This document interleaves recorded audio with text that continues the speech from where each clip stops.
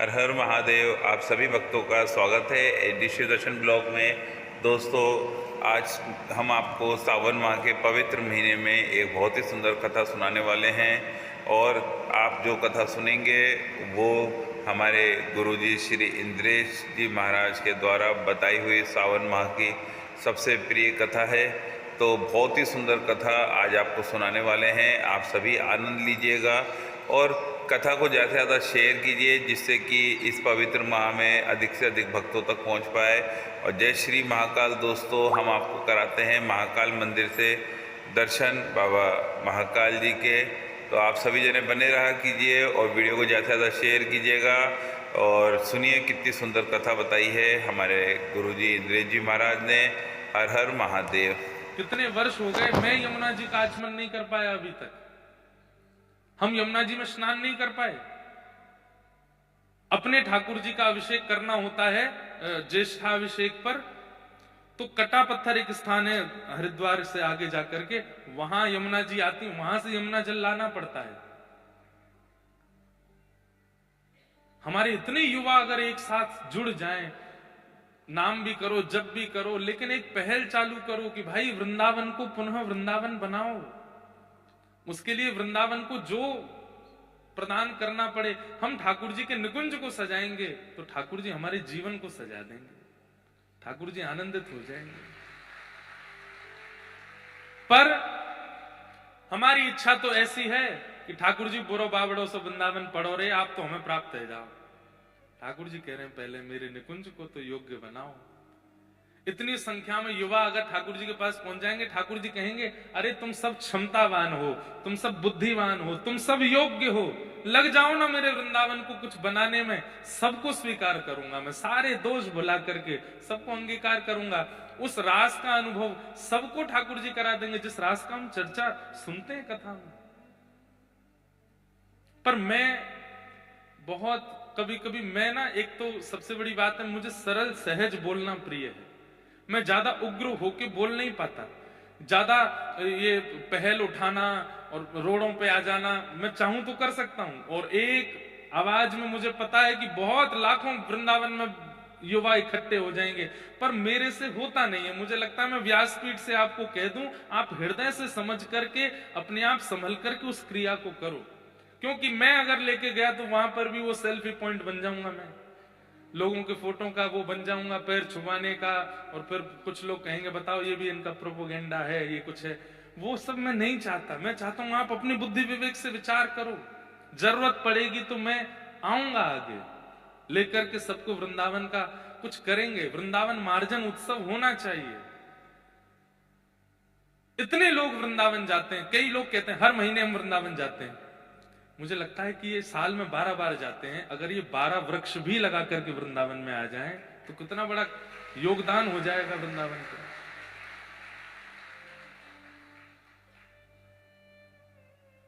आज मंदिरों को तोड़ना, वृंदावन में ये बनाना वो बनाना, ये सब चल रहा है। हम लोग केवल ठाकुर जी को देखने के लिए इतनी भीड़ लगा देते हैं। अरे ऐसा निकुंज निर्माण करो कहीं जाकर के कि ठाकुर जी मंदिर से वहां आ जाएं, वहीं उपस्थित हो जाएं, कोई आवश्यकता नहीं। बैठी रहूं कुंजन के कोने, श्याम राधिका गाऊं, किशोरी तोरे चरणन की रज पाऊं, किशोरी तोरे चरणन की रज पाऊं। कहां से पाऊं? रज बची नहीं, कहां से पाऊं? बैठी रहूं कुंजन के कोने, है कहां कोना?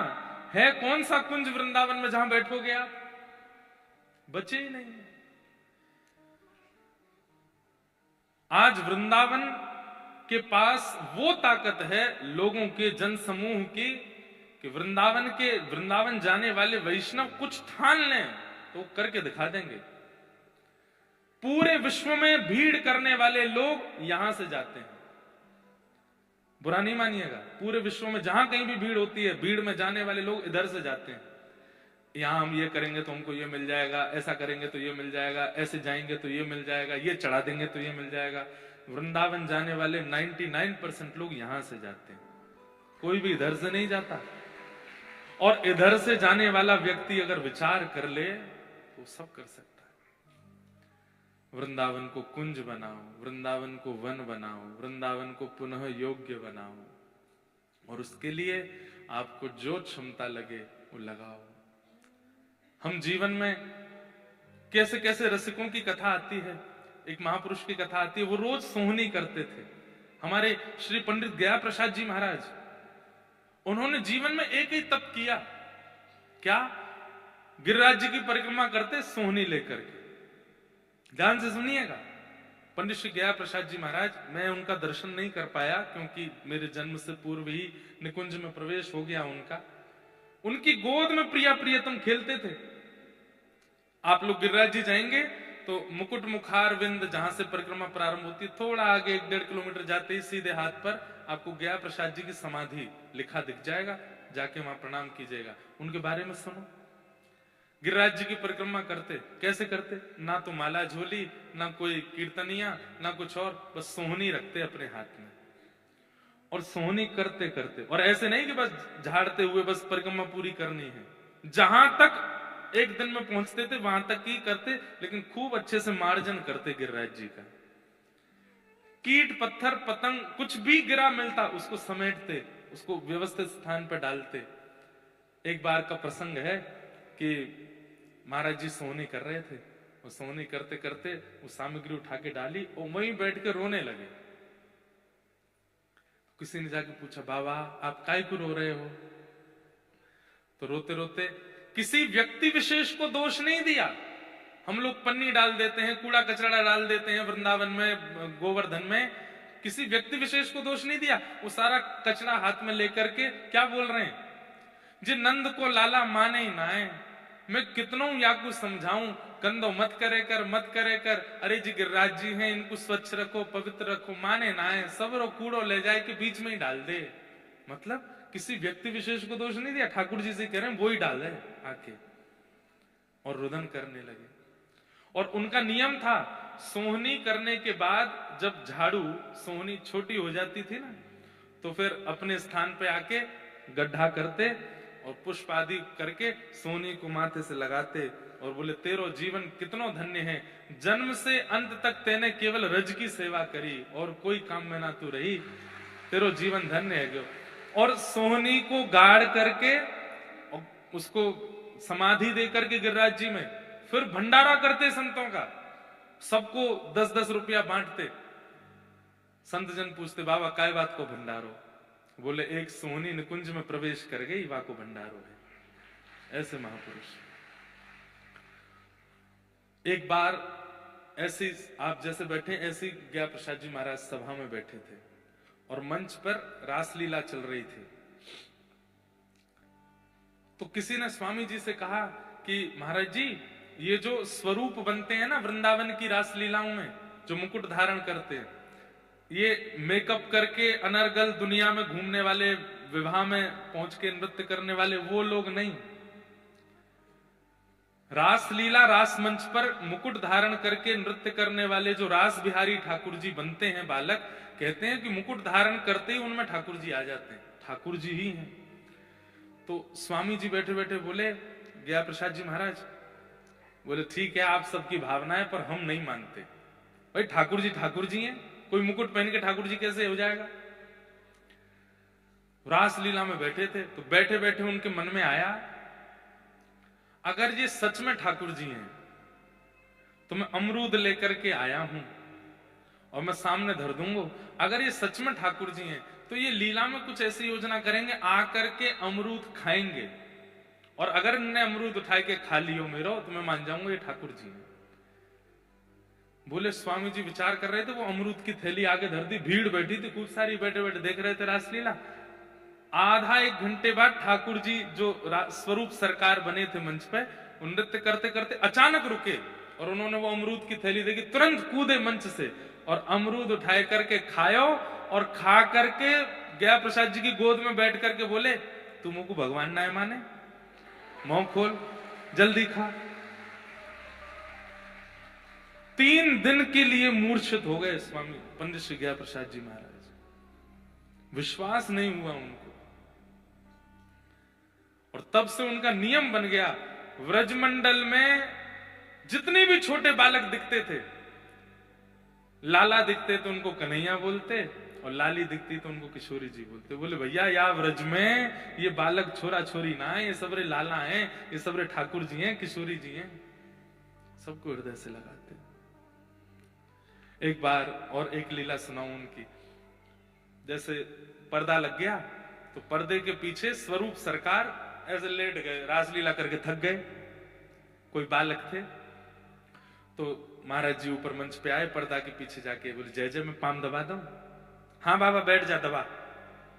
बैठ के दबाने लगे तो ठाकुर जी अपने पैर के अंगूठा और ये उंगली बगल वाली, इससे गया प्रसाद जी की नाक ऐसे करने लगे। ऐसे लेटे लेटे ऐसे लेटे थे, पैर दबा रहे हैं तो अपना पैर उठा के उनकी नाक ऐसे दबा रहे ठाकुर जी। तो इतने में जो स्वामी जी मंचन करते, उन्होंने ये दृश्य देख लिया तो आए, आकर के बोले जय जय जी कहां करो, दे बाबा इतना बड़ा भजनानंदी बाबा तुम पान देवा की नाक दबा रहे, छोड़ो। तो ठाकुर जी ने अपना चरण पीछे कर लिया। इस बात को देख करके गया प्रसाद जी महाराज इतने रोए। तो स्वामी जी बोले आप क्यों रो रहे हैं? बोले जैसे तैसे, या दुनिया के खिलौना तो हम हैं ही, ये दुनिया हमसे बहुत खेल है, कभी हमारी हंसी उड़ावे, कभी हमारो सम्मान करे, कभी हमारो अपमान करे, कभी हमारो तिलक करे, कभी दक्षिणा देवे, कभी सब हरण कर ले, या दुनिया के खिलौना बनवे तो बढ़िया, आज पहली बार ठाकुर जी को खिलौना बनो और तुमने ठाकुर जी को आके रोक दियो। मुंह को ठाकुर जी को खिलौना बनना है। तो स्वामी जी फिर गए, ठाकुर जी फिर से नाक पकड़ लो इनकी। तो फिर गया प्रसाद जी बोले आप कहोगे तो नहीं, ठाकुर जी खुद पकड़ेंगे, खुद लीला करेंगे तो मैं स्वीकार करूंगा। और अपने निकुंज गमन तक स्वरूप सरकार, जो मुकुट पहन के बालक ब्रजमंडल में लीला करते हैं रास में, उनको ही कृष्ण माना उन्होंने, और उन्हीं के माध्यम से अनेक अनुभव किए उन्होंने ठाकुर जी के। और इन सब के पीछे वो योजना बताते थे, मेरा जप तप नियम सब कुछ केवल और केवल सोहनी करने से। रज की सेवा, वृंदावन के नुकुंज की सेवा, यमुना जी की सेवा, हम इन्हें छोड़ करके केवल और केवल एक सेवा में लगे हैं, भजन साधन में। करिए वो भी, लेकिन नुकुंज की सेवा करो, रज की सेवा करो, यमुना जी की सेवा करो, निकुंज वृक्षों की सेवा करो, उससे ठाकुर जी ज्यादा प्रसन्न हो जाएंगे। बहुत भीड़ है, लग रहा है बिहारी जी के दर्शन ना होंगे, मत करो, प्रणाम कर लो, जय हो बिहारी जी, हम तो जा रहे हैं जमुना जी में, कूड़ो कचड़ो उठाएंगे, वहीं की रज रज की सफाई करेंगे, वहीं आनंद करेंगे, या बार आपके दर्शन ना सही निकुंज की सेवा करेंगे। आप अनुभव कीजिए, करेंगे मेरी बात का। आपने बिहारी जी नहीं देखे, लेकिन बिहारी जी स्वप्न में आके अपनी पोशाक आदि सब दिखा जाएंगे आपको, आज मैं ऐसा लग रहा हूं, देख ले, तेने मेरे निकुंज की सेवा करी। ताज बेगम, ताज बेगम का नाम सुना? मुस्लिम थी, पर जब से ठाकुर जी का दर्शन किया एक खिड़की में से, बस तब से निहाल हो गए। सब छोड़ करके वृंदावन आ गए। उनको मंदिर में प्रवेश वर्जित कर दिया पुजारियों ने, बोले आप अंदर नहीं आ सकते। तो उन्होंने जिद नहीं की, लड़ाई नहीं की किसी से, बोले कोई बात नहीं, मैं योग्य नहीं हूं तो मैं बाहर ही रहूंगी। दर्शनार्थी जो दर्शन करके आते हैं उनसे पूछते आज जय जय कैसे लग रहे हैं, आज जय जय कैसे लग रहे हैं। सब बताते आज ऐसी पोशाक है, ऐसा मुकुट है, ऐसे कुंडल है, ऐसी नासिका है, ऐसा भोग है, ऐसा इत्र लगाए हो। तो बाहर मन में ही चिंतन कर लेती हैं, अच्छा आज ऐसे लग रहे हैं ठाकुर जी। करते करते करते एक स्थिति ऐसी बन गई कि ताज बेगम को अपने आप लगने लगा आज नीली पोशाक होगी, आज ऐसा पाग होगी, आज ऐसे मोती होंगे, आज ये वाला इत्र लगा होगा। पहले ही मन में सोच लेती, और फिर दर्शनार्थी जो दर्शन करके आते हैं उनसे बोलती आज ठाकुर जी ने नीली पोशाक पहनी है। बोले हाँ आज नीली है, तुमको कैसे पता? आज ये बताओ मोतियों की माला है गले में? बोले हाँ, उसमें एक नग भी लगा है बीच में, उसमें 2 बाघ नग भी लगे हैं, तो लोग बाघों को लगाइए छुप के कहीं से देख लेती है, पर नहीं। स्थिति ऐसी हो गई कि ताज बेगम को मंदिर जाने को नहीं मिलता, तो ताज बेगम रज की सेवा करती थी, यमुना जी की सेवा करती थी, निकुंज वृक्षों की सेवा करती थी। उन सब की कृपा से ठाकुर जी ही उनको तरंग के माध्यम से अपना दर्शन करा देते थे। बोले तू मंदिर में मत आ, मैं तो गुब्बारे ही करा दूंगा दर्शन। इसलिए भैया वृंदावन उसको पुनः निकुंज बनाना है। उसके लिए जो योजना बनेगी हमें करनी है। हम सब युवा भाई हैं, हम सब युवा हैं, हम लोगों में इतनी शक्ति है कि हम चाहें तो कर सकते हैं इस क्रिया को। आज भारत का इंफ्रास्ट्रक्चर इतना बढ़िया हो रहा है, भारत की एजुकेशन बढ़िया हो रही है, भारत में मंदिरों के नाम पर बहुत कुछ बनाया जा रहा है, बड़े बड़े रूप, आधुनिकता ज्यादा दिखाई जा रही है। पर वृंदावन आधुनिक नहीं है, वृंदावन सहज है, वृंदावन सरल है, वृंदावन सामान्य है, उसको वैसा ही बनाना है। करेंगे कुछ ना कुछ पहल अगले वर्ष, जिससे वृंदावन पुनः वृंदावन बने, पुनः वैसा बने। अड़चने आएंगी, रुकावटें आएंगी, खूब सुनना पड़ेगा, खूब दुनिया भर के हमको लांछन आदि भी लगेंगे, लेकिन भैया ये दुनिया तो बोलती रहेगी। ये दुनिया लांछन लगावे वो तो लगाती ही है, ये नहीं लगावे, बस ये प्रसन्न रहे, हमको और क्या चाहिए।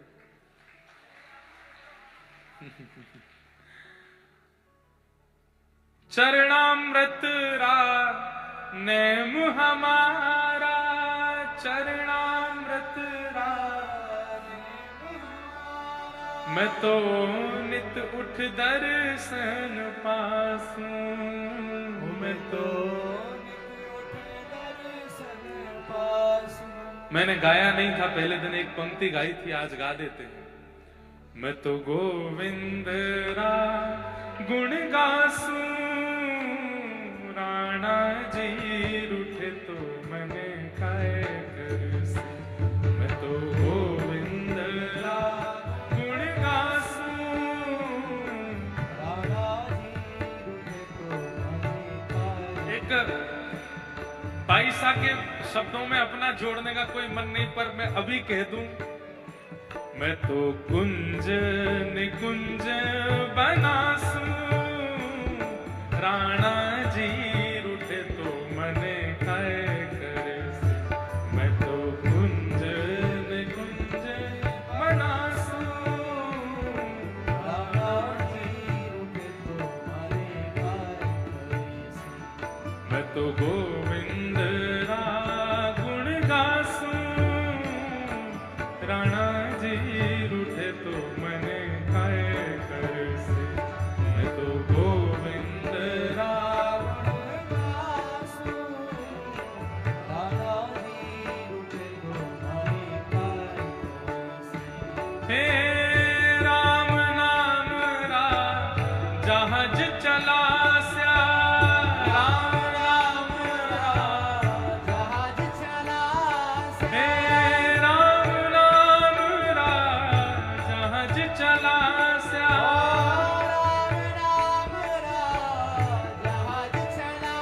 मैं तो भव सागर तर जासूं, मैं तो भव सागर तर जासूं, ओ मैं तो भव सागर तर जासूं, मैं तो भव सागर तर जासूं, ओ मैं तो गोविंद रा गुण गासूं, राणा जी रूठे तो मने खाए करसे।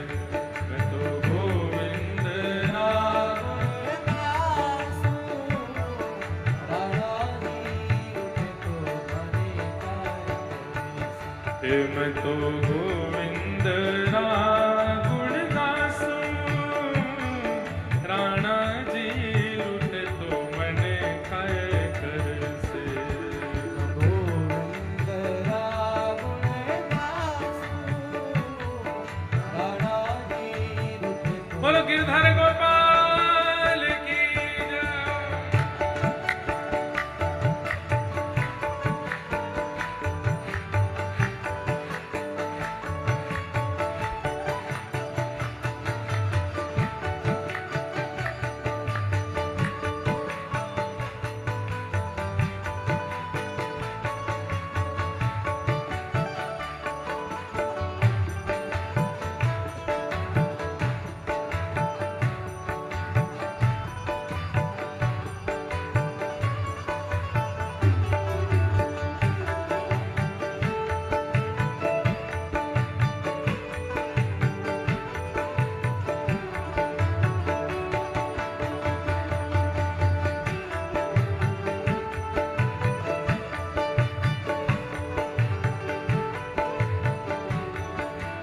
आइए। हे हरि मंदिर मां नृत्य करास्या, हरि मंदिर मां हे हरि मंदिर मां नृत्य करास्या,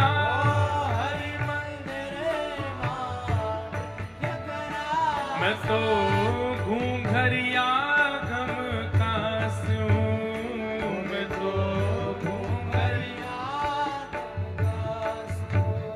भाई साहब एक बार मंदिर में नृत्य कर रही थी, इतना अच्छा नृत्य कर रही थी गा करके, जितने लोग दर्शनार्थी खड़े थे सब बोले आ गई नाचने वाली गाने वाली, इसको जरा शर्म नहीं आती, जरा लिहाज नहीं आती, सबके सामने नाचने लगती है। इतना सब लोग अपशब्द कहने लगे।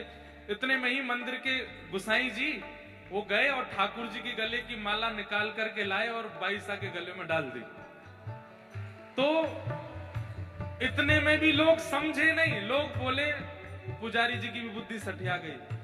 बताओ नाचने गाने वाली को भगवान के गले की माला पहना दी, ये इसकी अधिकारिणी है। अरे बड़े बड़े वेदज्ञों को, योगियों को, आदियों को माला देनी चाहिए, नाचने वाली को दे दी। तो गुसाई जी बोले तुमको ये दिख रही है नाचने वाली, लेकिन जब ये नृत्य कर रही थी तो मैं देख रहा था सामने खड़े हुए ठाकुर जी, जिनकी दृष्टि नीचे रहती है, जैसे ही इसने नाचना शुरू किया वो अपने नेत्र उठा के इसको देख रहे थे और मंद मंद मुस्कुरा रहे थे।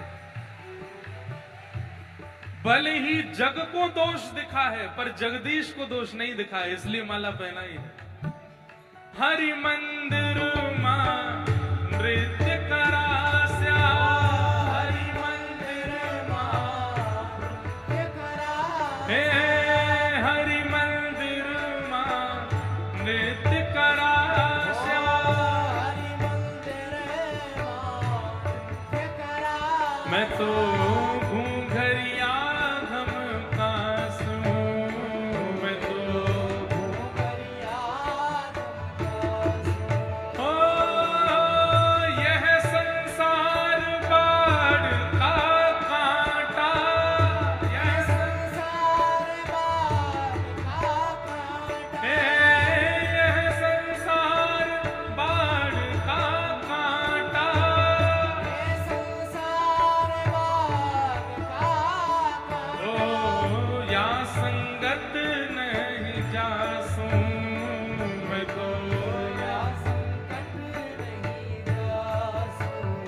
मैं तो गोविंद रा गुण गासूं, राणा जी रूठे तो मन खाए कर से, मैं तो गोविंद रा गुण गासूं,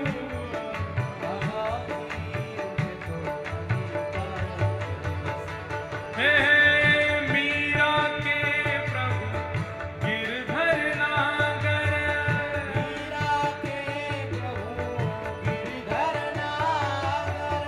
मीरा के प्रभु गिरधर नागर, हे प्रभु गिरधर नागर, प्रभु नटवर नागर, हे मीरा के प्रभु गिरधर नागर,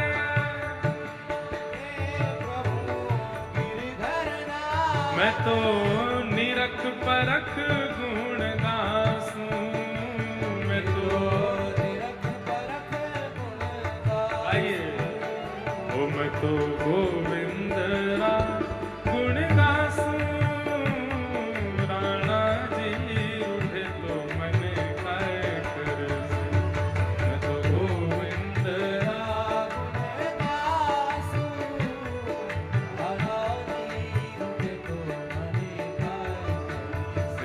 मैं तो गोविंद रा गुण गासूं, राणा जी रूठे तो मन खाए कर से, गोविंद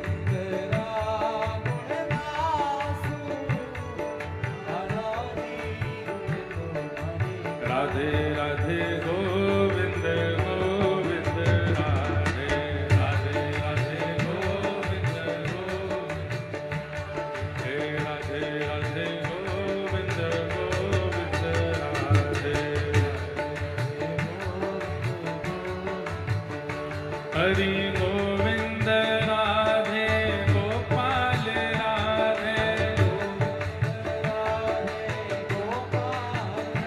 भजो गोविंद राधे गोपाल राधे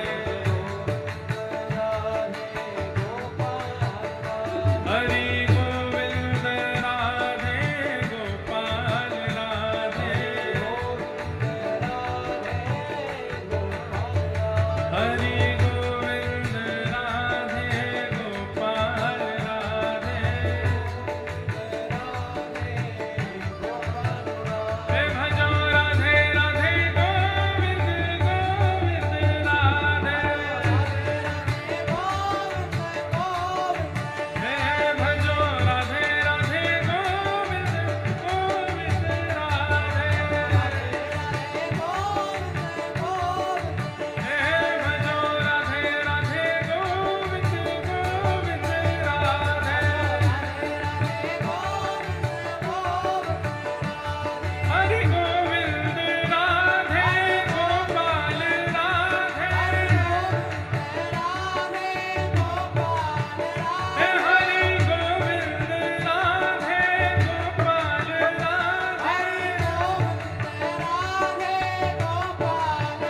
हे भजो भजो भजो राधे राधे गोविंद गोविंद राधे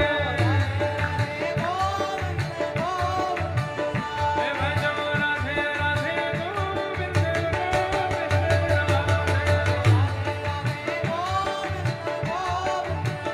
हे भजो राधे राधे गोविंद गोविंद राधे जय जय श्री राम जय जय श्री राम जय जय श्री राम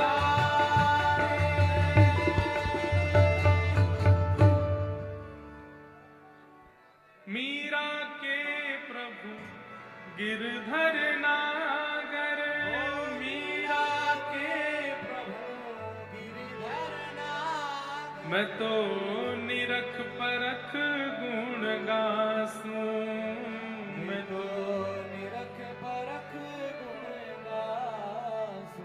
ओ मैं तो गोविंद रा गुण गासूं राणा जी रूठे तो मने काय करसूं मैं तो गोविंद रा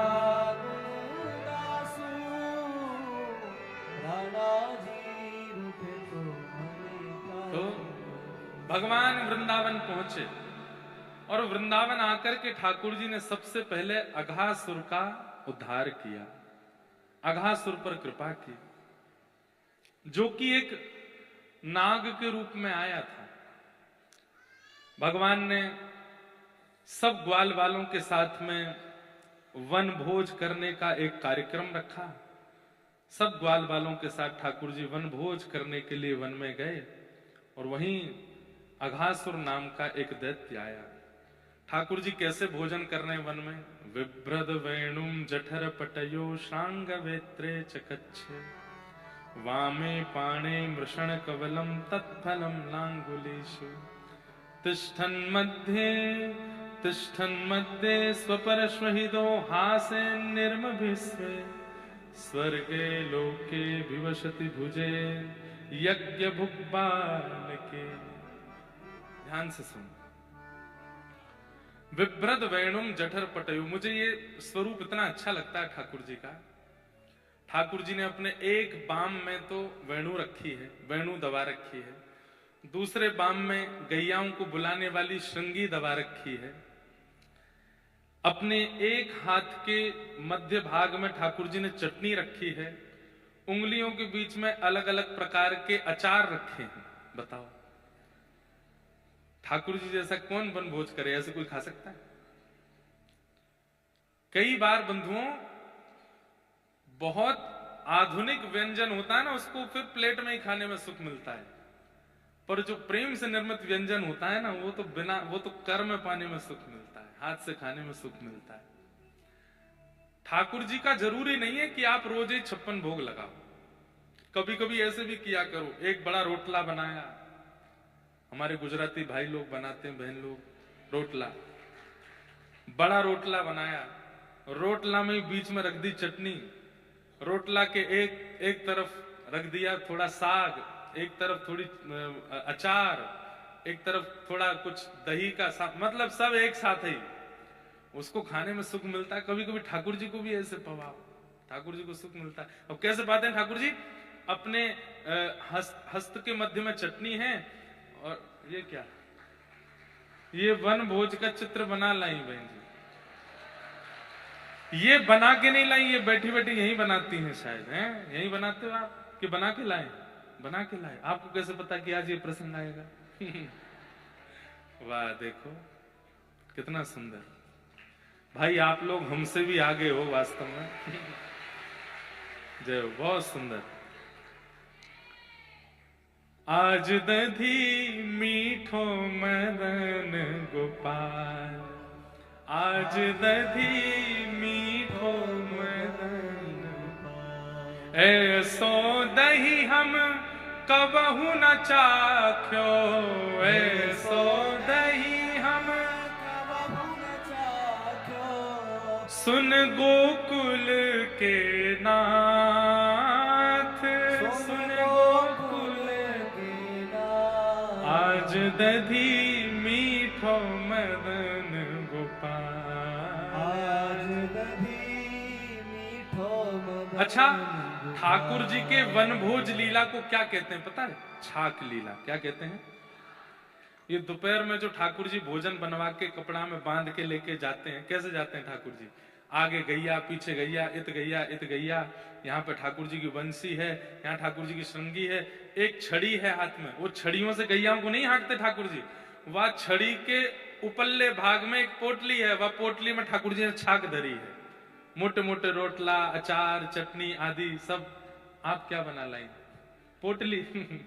वाह, सब देखो बिल्कुल तैयार, सब सामग्री तैयार करके लाते हैं। वाह भैया, ये देखो।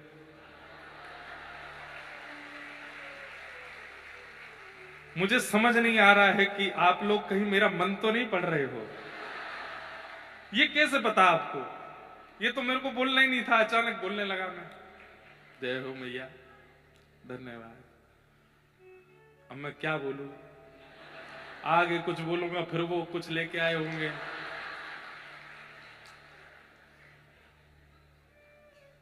हमारे एक मित्र हैं, वो पर्चा तो बनाते हैं। अब उनको हम बोल देंगे कि भाई हमारे बंबई के वैष्णव जो हैं ये पर्चा नहीं बनाते, ये तो प्रैक्टिकल लेके आ जाते हैं। कथा में जो भाव कहना है वो इनके पास ऑलरेडी होता ही है। तो ठाकुर जी कैसे जाते हैं?